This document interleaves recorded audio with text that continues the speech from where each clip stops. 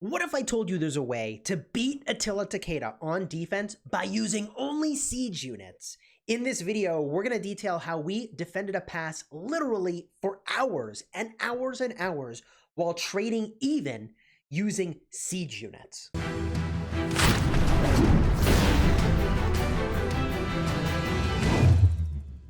Hello, my friends, and welcome back. I'm Chisgule Gaming. Today, we're going to be talking about how you can use siege units and trade those for cavalry, a premium unit, in Rise of Kingdoms while defending against Attila and Takeda.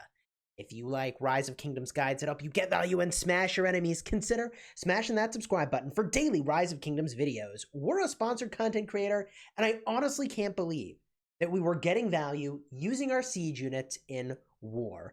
We're going to talk about a couple things in this video. First, we're going to show you the reports to illustrate exactly what we're talking about here. Then we're going to show you the commanders that were used. Spoiler alert, they're on the screen. A little bit of information about the build and how this all went down. So let's start with some of these reports. And we did this literally for hours on end when we were battling against Kingdom 46. A lot of respect to them. They fought incredibly hard. I've never in my entire time playing this game seen so many players literally zero themselves defending things and rallying things. Like, my mind was blown how many of their players went all in. I mean, we had a very difficult fight against them. I mean, they're no joke. They're the number 2 kingdom in the game by power. Okay, so we were battling against them, this KVK. Let me show you these reports. Because at first blush, you're looking at a Wu Zetian and Theodora here with a bunch of T4 and a few T5 siege units, and you say, geez, Chisgule, you went negative in this trade. What are you talking about? But when you look at the power, we went even. So what's happening here? We are trading T4 siege for T5 cavalry, and that is a trade we will make all day long because, yes, our repair cost is higher. It's going to be more resources to heal these troops. But look, like, siege units are not premium in war. In fact, they're kind of wasting power in our kingdom, making us higher and higher in the Imperium rating, accumulating over time, and not really being useful in combat. We found a way to mobilize them. Kind of a big deal. So we went even here, trading mostly with T5 cavalry, and there are some T4 cavalry mixed in here as well. Now, a part of the reason that this trade could go positive is that we were able to own the field, so they couldn't easily reinforce their rallies. This makes a very big difference, but still, this is still a way to trade siege for premium cavalry. I have literally report after report, and this is an instance where we went positive on power. 1.4 million power loss for us, 1.6 million power loss for them. We're losing T4 siege units, and somebody brought T2, and they're losing T5 and T4 cavalry, a very premium unit in war because the best rally involves Attila and cavalry. So we have tons of these reports that we participated in. You're looking at 1.1 million loss for us in power and 1.4 million loss in power for them. Looking at the next report, and we literally did this for hours on end. We've got 852,000 loss for us, 1.5 million power loss for them. This is an Edward Tommy, still a premium unit. Archers, I mean, not as premium, not used nearly as much, but siege units rarely used at all in war. Here it looks like for a brief period in time we had the wrong commander on the wall, which is a little bit awkward. However, overall, we were taking a double. This is a double rally that we were taking, right? So this combo, not this one. This is not what was on the wall. The Caesar Barca, no. The Wu Theo could take double rallies this way and do fine. Do we have more doubles? Here's another double. Oh my gosh, I forgot all about this. It was such a blur. Card up in the top, if I haven't already put it in the video, where we live streamed the whole thing. So you can check this all out. Here we've lost 1.3 million power to their 1.4, 1.6 to their 1.7, and we're taking a double rally. This is very impressive. Okay, so if we look at the troop buffs here, you can see the stats for us and them, but more importantly, these are all expertise commanders. Now, why does this work? How is it that you can trade siege for premium units, cavalry, archers, and so on?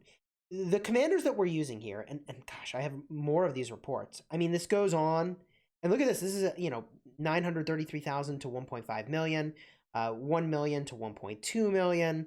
We've probably got, yep, more of it. Here's some more of us doing the same thing. Oh no, now it's infantry. Now I'm in the past, I'm using infantry. This is a different ballgame. This is me garrisoning with YSS Theo. So let's go back to the combo we're talking about here, which is the Wu Zetian primary with the Theodora secondary. How the heck does that work? First of all, both Wu Zetian and Theodora don't care about what troop type you bring. Everything they've got does not care about the troop type. This is a big deal because the unit we're going to bring is Siege. Now, both of them have really good anti-swarm technology. Wu Zetian is going to be dealing damage back to folks that are attacking her and has elevated counterattack, which is really, really good. She's also increasing the amount of damage dealt to rallied armies. And the Theodora clears debuffs, which is going to remove Fierce as the Fire, the most important debuff from Takeda, which makes his damage go way, way down when you're able to remove that debuff. So Theodora is really powerful, also does area of effect damage, doesn't care about the troop type, just really exceptional in general as a pair. However, a part of the magic with the Wu Zetian primary is in the talents. In the talents, and you might not have noticed this because you would never pick them otherwise, in the support tree, you can get 6% attack, defense, and health. That is 18% of stats for 3 points. That's a lot of stats for a very small amount of points. It is very, very effective. You also can pick things like Know Thy Enemy, really good against multi-rallies. You can get extra rage gen from Hidden Wrath, go up to Strategic Prowess, taking advantage of the fact that you're generating lots of rage. But the key to this whole thing is expert design. And if you know you're up against a bunch of Attila Takeda and they're not rallying anything else, you can skip loose formation, you can skip emergency protection, you can skip these things that normally would help mitigate skill damage, and that frees up a lot of points to go other places. You also can go and get, of course, talents like Armed to the Teeth and Armored to the Teeth and bring multiple unit types in order to turn on those very valuable talents. So that's why this is able to work. You get really great value from expert design, and you can get a lot of other talents that don't care about the troop type because this commander has garrison support and leadership. The other thing that really makes this tick is, of course, equipment. And you'd be surprised to know that a siege unit set is actually very cheap to make, and it is not, by the way, the set that you would have purchased from that $10 bundle when they released new equipment. No, that set is very good. While this set is really good for gathering, it doesn't have that many combat stats for siege units. The weapon's got 6% siege unit defense. The chest piece has 4% siege unit attack. We've got, 4% of stats over here on the gloves. That's actually pretty legit. On the helmet, only 4% of stats for an epic for siege units. I mean, honestly, the infantry stats here, they make no sense. So if we go in and we look at the equipment that you're making, there's a lot of really good stuff that you can make, again, at the blue tier. And as it turns out, it is also, I believe, a set, the Harvester set, from the helmet. With a special talent on this, you can get 8% of siege unit stats. Pretty good for a blue helmet. Yeah, pretty good. This chest piece, another 8% of stats. If you special talent it, these boots, or rather breachers, I guess legs, another 8% of stats with a special talent. Looking at over here, you can get another 6% of stats with special talent. So you can get actually an unbelievable amount of stats from blue gear. Easy to obtain, easy to go and make, and honestly, remarkably effective on the battlefield. In addition, of course, you're going to be using accessories here for a double rally. I'm a big fan of the Lucky Coin. And you also could be using something like Pendant of Eternal Night for major skill damage, or you could go with a Silent Trial, an oldie but goodie, if you're thinking you're going to get single rallied. Also, Delane's Amulet is another really great consideration when you're battling into something like Attila Takeda. So using some of that siege gear that, you could get for like $10 if you bought the bundle, and the blue set, you can get some really unbelievable results. And we took rallies like this for hours on end. The benefits, again, we reduced our power while using a unit that normally people don't care about losing. So people were happy to volunteer their siege units to defend this pass, which all in all lowered our Imperium burden while trading with an enemy unit that was really valuable. Cavalry, the most premium wartime unit at this moment in time in Rise of Kingdoms from Season 3 to Season 5. It's the premium unit. So being able to trade Siege, which, yes, they do have a higher repair bill in the hospital, for those more powerful units, I think it gave us a really big edge and gave us a lot more sustainability and durability when we were battling into Kingdom 46, who fought really fierce. Like, I don't know if we fought a more fierce opponent. I'd have to think about it. And they're the number 2 kingdom by power in the game. So it was very helpful for us.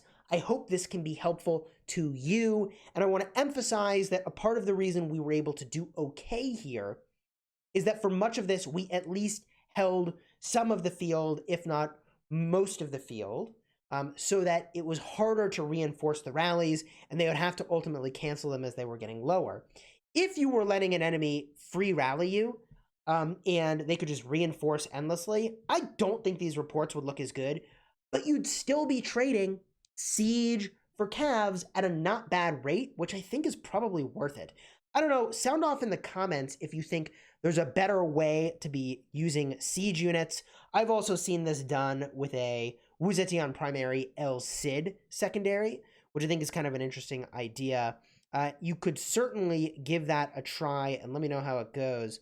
We've just got so many of these reports. It's unbelievable. If you want to see our fighting into Kingsland, I'll put a card up in the top. It was completely insane. That'll give you a really good read on which commanders are actually the very best for rallying and garrison in Season 5 of Kingdom versus Kingdom. Throw a like on this video if you found it all entertaining or helpful, and consider subscribing to the channel for daily Rise of Kingdoms videos. Until next time, you have fun smashing the kingdom.